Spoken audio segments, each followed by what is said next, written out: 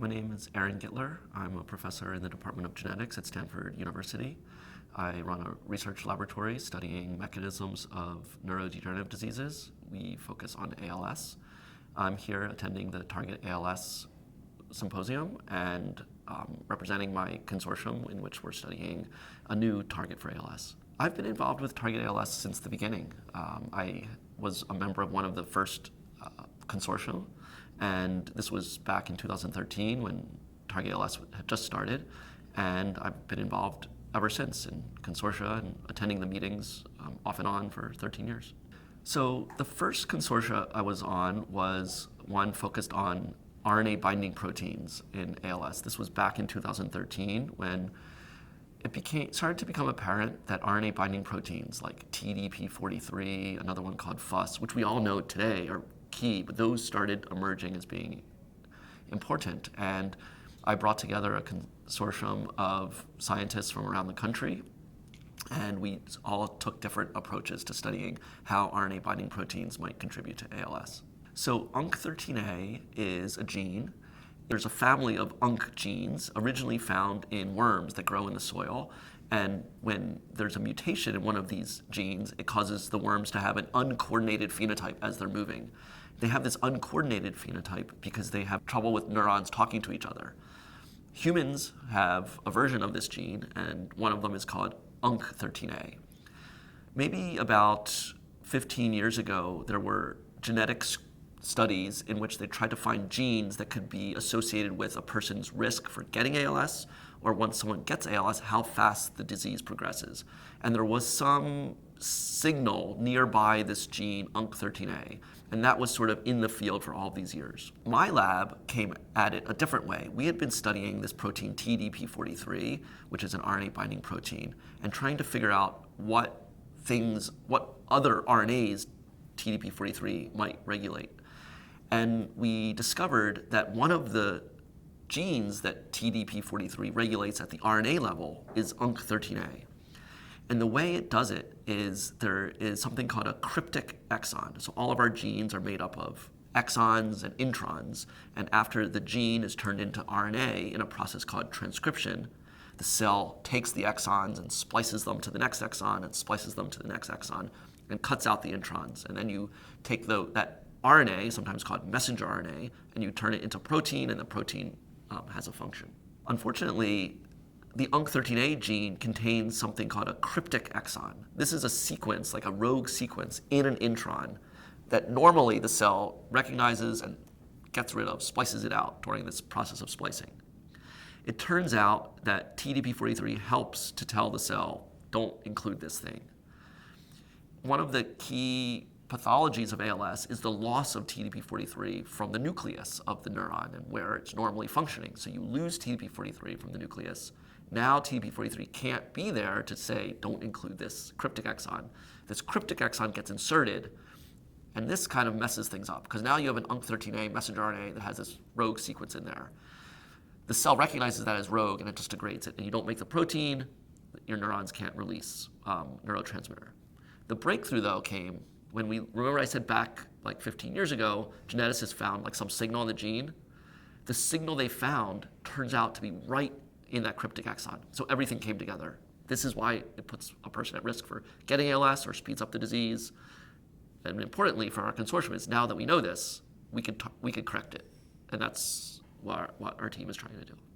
The reason I'm so excited about it is because this mislocalization of TDP-43 pathology is really a defining feature across almost all people with ALS. Maybe 98% of people with ALS have some dysfunction of TDP-43. Because UNC13A is regulated by TDP-43, and it's so important for neurons communicating with each other, we hope that if we correct that event, it could have a broad effect on benefit to many people. ASOs are a really interesting new type of therapy. It's not a chemical, it's not a protein, it's pieces of DNA that bind to a region you can design it against. And in this case, we designed it in a way when the splicing machinery comes, it prevents it from including that cryptic rogue exon, even in the face of not having TDP-43. So You can deliver these into the nervous system. And what's exciting is we know this type of drug can work in another form of ALS, this time one targeting mutations in a gene called SOD1. This time you don't want to change the splicing. This one, you make an ASO that goes and binds the RNA, and then that sequence gets degraded. Ours is a little different. We cause a splicing correction. I'm excited about it because you can deliver it to the nervous system, it's shown to work, and it seems to be safe. One challenge/opportunity is that these cryptic exons like UNC13A, and by the way, there are many of them, and scientists working with Target ALS around the world have discovered many additional ones beyond UNC13A. Unfortunately, these are not conserved. So if you remove TDP-43 from a mouse, you get a bunch of cryptic exons.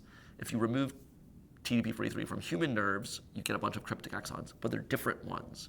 The function of TDP-43 is conserved, but the specific targets are not. So you can't just do this in a mouse. So what my team did was we took the mouse version of UNC13A and we removed it and we replaced it with the human version.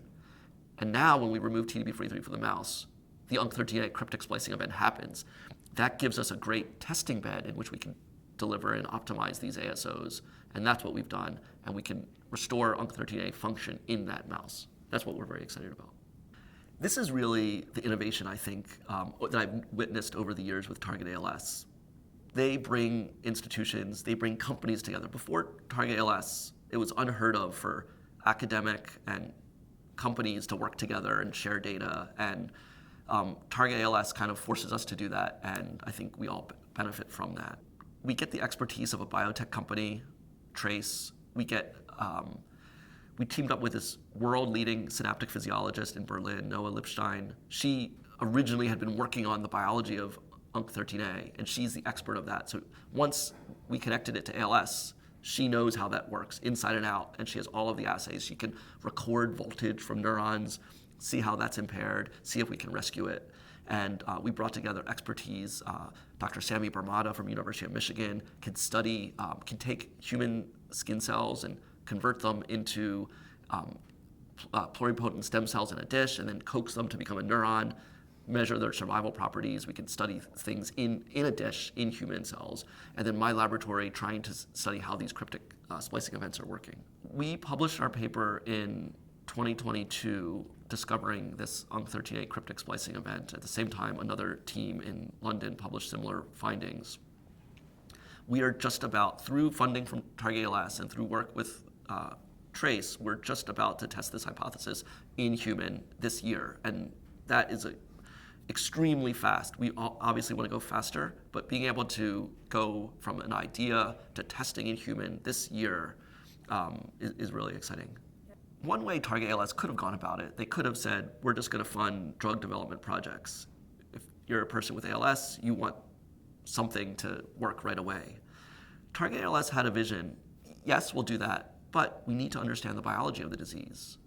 And so they really funded from the beginning basic biology. We need to understand what these new ALS genes are doing. We need to figure out the fundamental biology. That's where the next treatments will come. So yes, my laboratory takes unusual approaches. We thought, because TDP-43 is this aggregation-prone protein, we thought we could study what makes it aggregation-prone and what are the consequences, and we put it into yeast cells. No one would think to study a human brain disease using yeast. They don't have a brain or a spinal cord. It's just one little cell that divides, but it turns out the principles of misfolding and the consequences of protein misfolding are conserved, and then we can unleash genetic screens, and we've learned a lot. And from that study that Target ALS-funded, we discovered another ALS gene called ataxin-2, and that led to my next consortium that was funded by Target ALS to study ataxin-2 biology. And so over the years since the beginning, I've had different consortia that have advanced my own research, but have also brought people together, and I think and hope have sort of shaped how the field is going.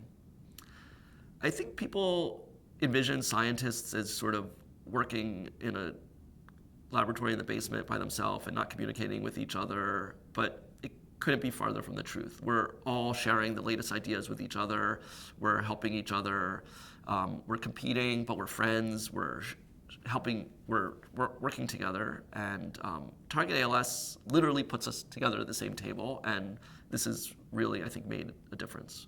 I'm always optimistic, but it's literally the most exciting time right now in ALS. We have an approved therapy targeting a rare but cause of ALS, mutations in SOD1. This is an ASO that is delivered to the nervous system, and for people with SOD1 mutations, the latest data that we've seen, almost everyone who gets treated with this, now their disease is stabilized, and maybe 20-30% are actually getting stronger. This is actually a breakthrough because a few years ago, people might have thought that ALS was not a treatable disease, but this suggests that you can treat the disease, and now this is going to open a whole new gold rush of targets, and now we know if we can come up with the right target, we can treat the disease. But we have to learn more about the biology. We need biomarkers. That is, we need to know if the treatment is working or not. It turns out that it seems empirically, but literally true, that the earlier you start on this intervention, the better your outcome will be. So we need methods to detect when someone may develop ALS, and the sooner we can do that, the better we can start.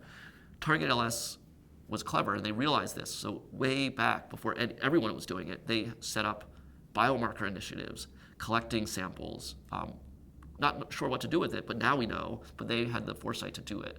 So that's going to really accelerate efforts, I think. I'm Gitler from Stanford University. I'm helping to build a world where everyone lives.